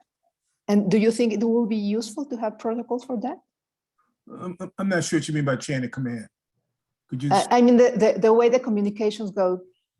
This issue of communications going from the quarantine stations to the local level versus the state level. Yeah, Moon should jump into. I know I can still picture the document that after one of the first incidents we had that was problematic, we actually wrote a sort of detailed, it was really specific to New York City and JFK, New York State, all the relevant agencies, and we drilled it. We did tabletops to learn from it. And it was sort of a working document that we kept updated with points of contact. And then sometime recently, maybe in the past 2 years, we were told that there's sort of a standard document that probably some of the more recent outbreaks have prompted, this gigantic ConOps plan from CDC that they felt superseded it. So my sense is that there wasn't initially, at least when I first started, they recognized the need for it, but it was so big that I could never even take the time to go through it. It's always the problem. And it wasn't developed with, as far as I know, state and local input. It was sort of given to us as the ConOps plan. But Moon, I don't know, maybe it was different on the other side of the country. Yeah, it's probably functionally it goes to whoever the state epidemiologist is or their surrogate. Surrogate meaning if if they've detailed it down to somebody else in the local community, whether it's the state health official, et cetera. And again, for big health departments like New York and Chicago, et cetera, their relationship is direct with the quarantine station. So it's in effect a delegated responsibility problem. And that's probably just the way it's developed over time. So it probably would make sense for them to put that down in writing. Moon, Jason. Yeah, I was in LA. We have really good relationships with both our LAX quarantine station and also the maritime unit. And we usually communicate through their officer in charge or their medical officer. And so we get direct notifications from them because LA County is such a big jurisdiction. We function like a state. And then, of course, our state we communicate with as well. But, in terms of these, I think that was a great term that they used, pre-decisional discussions and input from state and locals, because we're not aware, like Marcy was saying, of what the exact protocols they use in order to implement some of their policies. And I know many of them fall outside of maybe what their algorithms are to implement at that local level of their quarantine station. So for example, whether it's measles or someone who can't travel, it seems like some of the decision-making goes back to headquarters, and it's really difficult at that ground level if there's decisions and issues that occur that have to be asked all the way back to Atlanta. And I don't know if maybe Marcy's experienced this too. There's some aspect of either case management or decision-making that could be put in place in the protocols that were more transparent in terms of SOPs or operational planning that, make it very difficult to implement at that ground level, because some of that is the decision-making can't occur at the individual quarantine station. It goes back to Atlanta, and then there's a conference call or discussion. And by that time, that traveler's gone, whether it was COVID or measles. I'm not sure what, and we could ask what some of those protocols are that they use, and are they transparent, and are they made with input from state and locals who have to deal with these travelers when they're in their jurisdiction. So I think this pre-decisional, that word was stuck out with me during those talks. Yeah. Jason. Yeah, so my question is, so we know that there are 300 ports of entry to this country and 85 busy ones, but how many initial ports of entry are there? Like if there were going to be quarantine stations, how many initial ports of entry before they could get transferred to other cities? Do we know that information? Well, actually, there are that many technically ports of entry, but I mean, even the,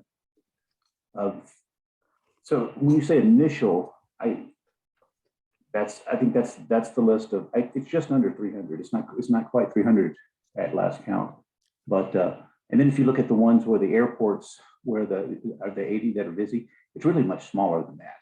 It's if you look at airports, 25 airports receive about 98% of all incoming flights to the United States, or not incoming flights, but incoming passengers to the United States.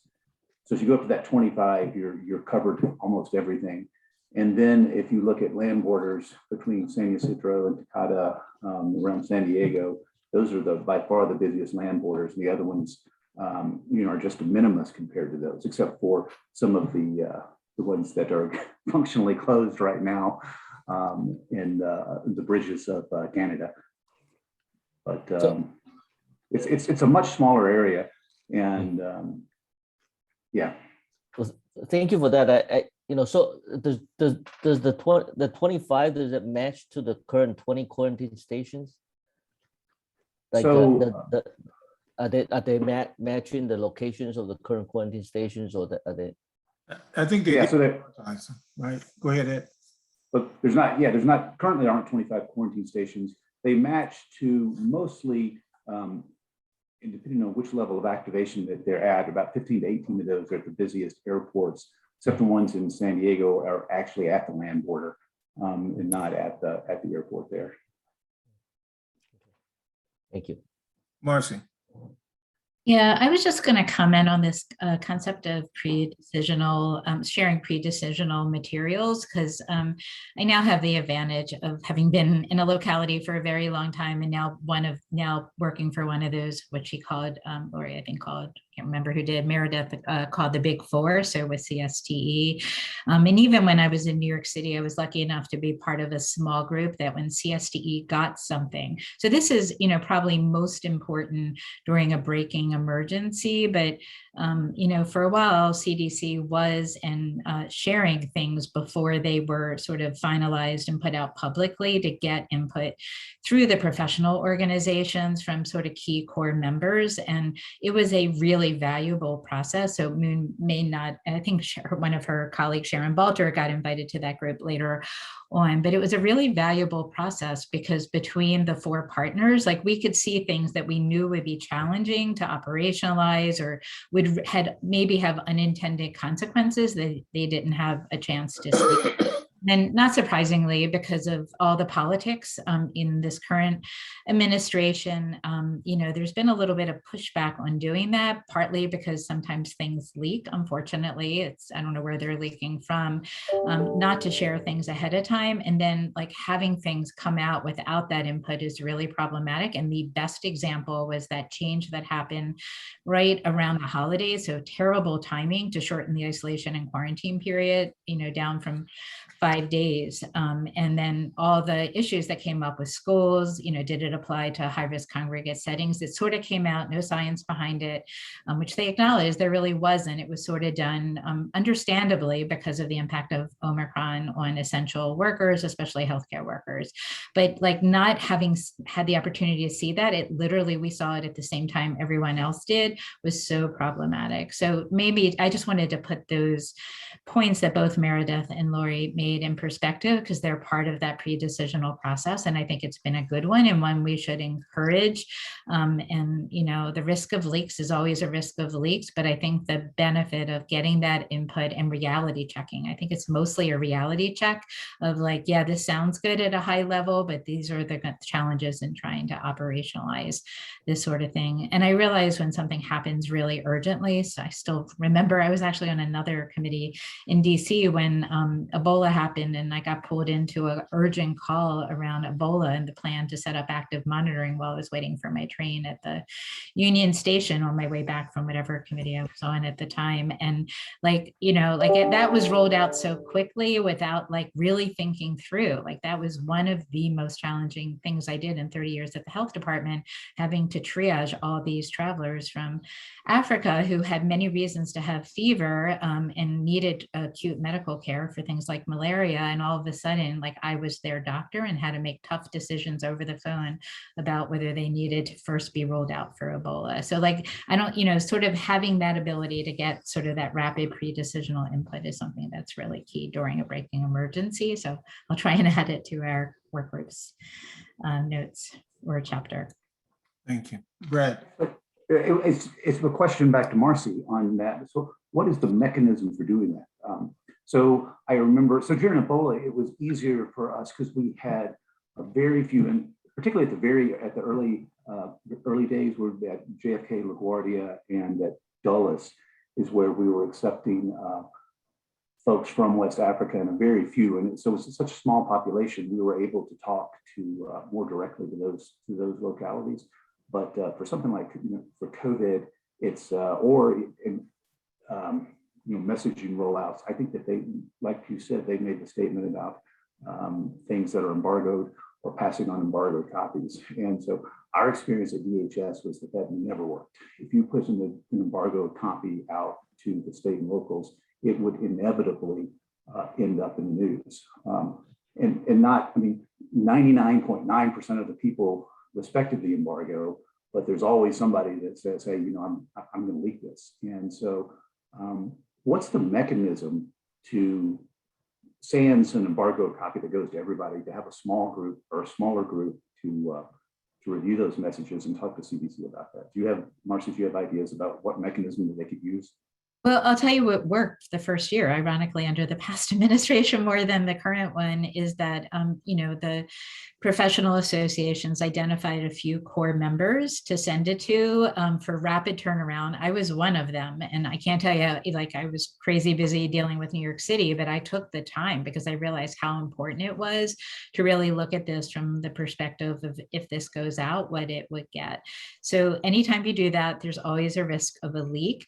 And ideally, working with the professional associations to try and identify trusted members. But, to me, the risk of a leak is like, if you just have to accept it for the benefit of getting better input. Because I think, it's going to happen. Leaks are always, who knows, leaks could be coming from CDC.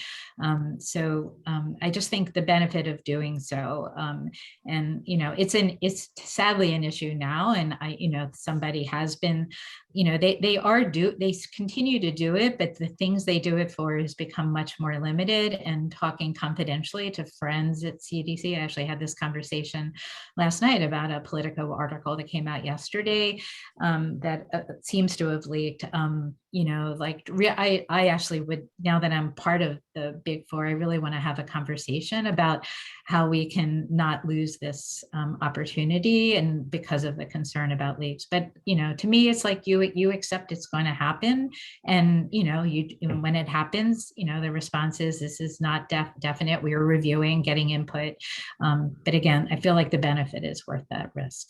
But I realize there's a reason I'm not a politician or never going to be a health official. So. All right. Anything final for this? Because we do want to move on. I know we've only got another 15 minutes, but I wanted to just tee up the conversation we're going to have on research and technology before we take our break.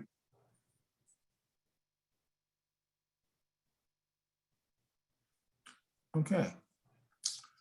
With that, I guess we're going to tee this up now. Taekwon, do you want to comment or should I just move on to Jason? No, I think I had shared the latest version of the document. So Jason, if you want to pull it up and start the conversation now, maybe continue later on when we come back together at 2 p.m. And let's talk about what we're trying to come. We're gonna work on 3 sections today: research and technology, then partnerships, relationships, and then legal and policy. And the goal is for them to walk through basically what they have and seek some high-level input. Correct? Yep, that's correct.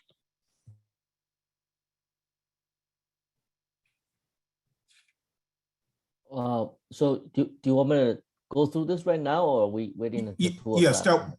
just kind of walk through what you have there. Okay. Yeah. And I think if you give people a brief overview, then we can come back after the break and go into some details. Okay. So our group is the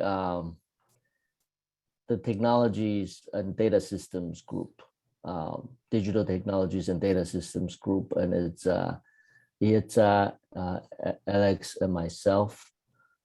We have 3 major sections. The first major section is the use of innovative digital technology, and Alex is in charge of that section. And he's identified the different technologies that's currently in use around the world, and that includes the contact tracing systems as well as information systems to inform people when there's a pandemic. And the second section is the interoperability of data systems.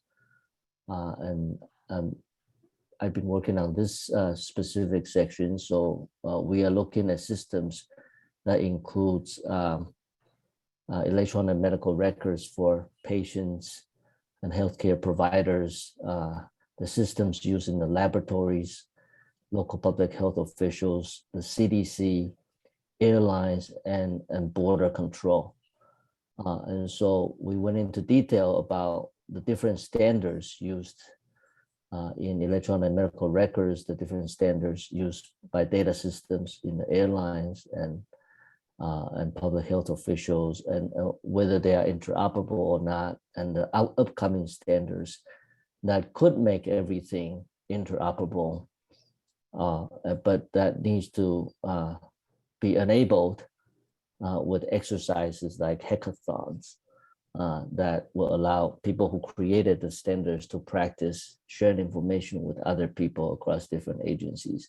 And those have been done already in some places during the pandemic. And I think this could get rolled out in a larger scale. Then there's another section on ethical considerations. Ietza is leading this section, and she's got a very detailed outline here on sort of the trade-offs between individual liberty and sort of the information we need for collective well-being. There's some ethical concerns that she's going to address, including privacy, autonomy, equity, risk of error, and accountability.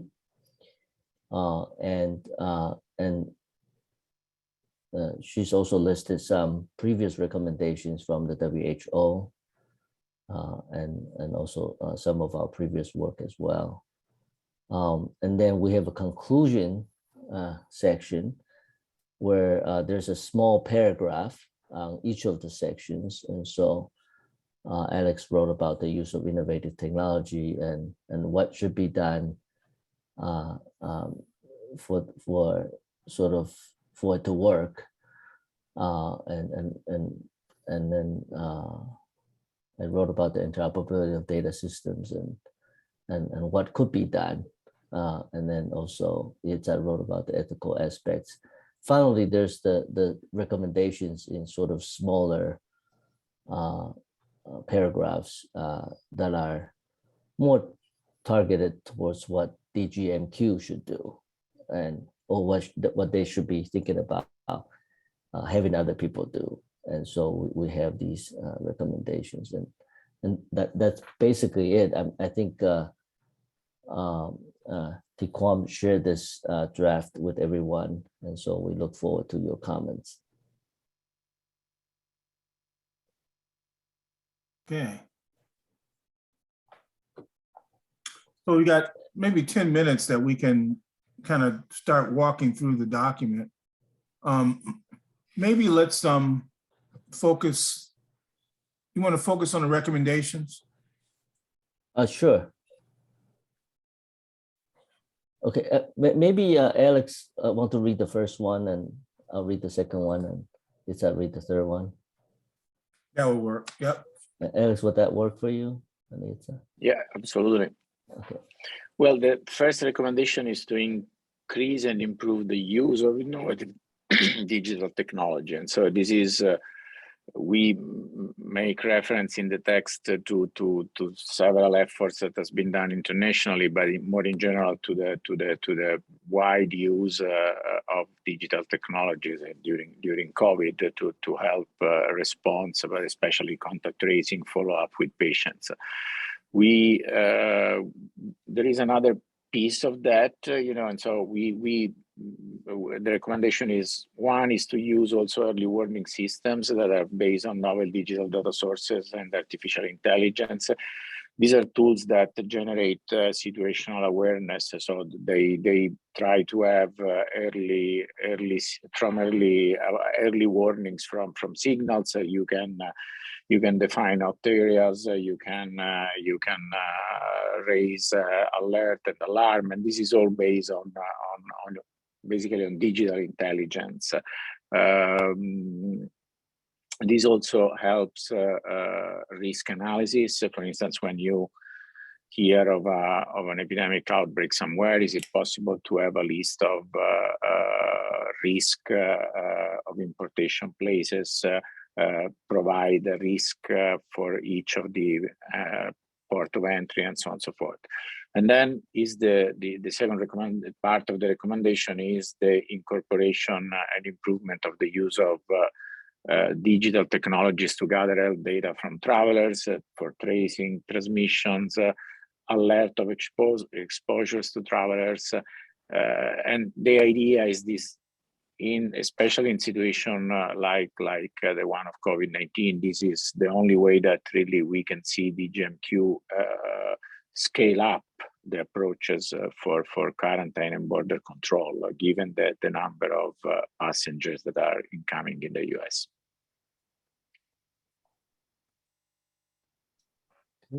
Thank you. I'll read recommendation 2. Healthcare and public health practitioners should understand and fully utilize healthcare IT interoperability concepts.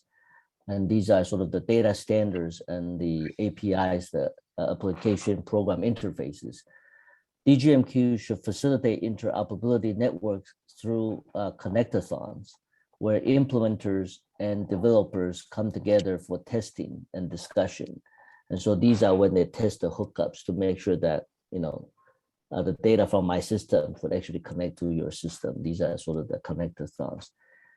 During the pandemic, actually, there's the new virtual format for the connectathons that allows providers, organizations, and other implementers to learn from developers and to conduct tests and to practice exchange data asynchronously in the comfort of their own offices. So a lot of this has already been done. So we want to make sure that every single EHR is ready to, so it takes some time to make these hookups. Every single public health agency is ready. And all the sort of airlines and border control, every organization is ready with the same standards to share. the data that's required for people who needs to know the information to take care of travelers and to prevent disease. That's that. And Ilse, pass it on to you. Yeah. So recommendation 3 is that DGMQ should ensure that all use of innovative digital technology should follows a careful consideration of its ethical aspects. And in the background, we provide a review of which are the main ethical aspects that could be affected or that should be taken into consideration. But one of them that we think is very important is that the potential for misuse of personal data. So we added this and that all actions are in accordance with existing regulations for the protection of personal data. We also, in the background, we have some mentions about issues of equity, fairness of the use of digital technologies, etc. And the reason why we have digital technology data highlighted in yellow is because we are still trying to figure out which terms are better to use in which parts, because digital technology is the media, but data is what is in there and what we need to protect. So it's only a matter of language. And the other part of the recommendation is that in order to achieve this, to improve the ethical considerations, and we could think of this in terms of better governance, an oversight structure should be put in place. So we believe that DGMQ should lead the way for this oversight structure that should be made up with different persons from different areas, for example, from the CDC itself, but also from the community, from other agencies, etc., as required. Thank you. I think what we should do is make sure that, well, everyone should think about what we just heard. I think we're going to take, what, a 2-hour break? Yes, we're going to take a 2-hour break. And one thing I was going to suggest is, if it's okay with the partnership and policy group, which are slated for discussion later today, I think about 45 to an hour for each group. If it's okay with you all, maybe when we come back, we'll dedicate about 15 minutes to just see if anyone have additional thoughts for the technology group, just because this one is due for write-up on Friday. So we're sending it tomorrow to our science writer. So if anyone has any thoughts between now and then, maybe we can allocate 10 to 15 minutes at the beginning at 2 p.m. to get any more feedback. Yeah, it's worth talking about some of the privacy and ethical issues and also data creep. I think, I think the big problem with digital technology is people worry that you use it for one purpose and it can be then used later for another purpose. Mm-hmm. Absolutely. So we definitely want to spend some time talking about that. Yeah, and this is Steve. I also would probably raise the issue that I had raised previously, which is that, as anticipated, this is very heavily focused on IT. And, there are other technologies out there which may be of significant assistance to DGMQ to do their job, like wastewater testing of ships and some other screening procedures that could be used for passengers that would help target who needs to be followed up. And so that doesn't seem to be here. I don't know if it needs to be here, but I'm just going to sort of raise the issue that this is very IT focused. Yeah, also, I'm not sure whether or not about location tracking, and which is a big issue in a lot of countries, with how that plays out. Yeah. I guess we deal with the apps and stuff. We want to talk. So we need to talk about that. We need to talk about the other technologies. Some of that we might want to do through the disease control committee, but let's talk about those as well. This is Michelle. Maybe we can also think more about the international aspect of communication, what happens at the port of entry and how one communicates before the passenger arrives. Yeah, and also when we talk about data privacy, a lot of these data are going to circulate internationally. And so there'll be different rules. So the European Union's data protection authority is, quite different from the HIPAA rule and things like that. So I think that's right. We do need to think of the flow of information across state lines and across international lines.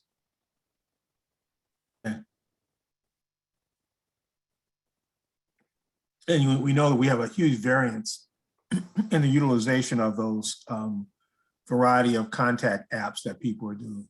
Some states did them, some states didn't. They did use different technologies. And the same thing for proof of vaccination systems. They were all over the place. Yeah. I think we should have proof of vaccination systems as part of the digital, as part of our digital chapter. Yeah. Julie ran a workshop on, authentication of and credentialing of vaccination status, which I thought was quite important.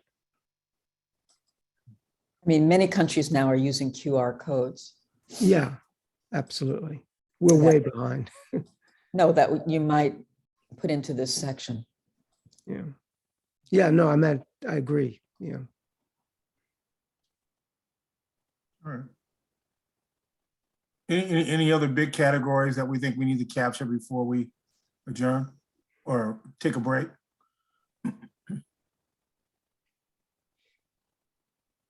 All right. With that, we'll catch up with you at 2 p.m. sharp. Okay, thanks. Thank you. Thank you.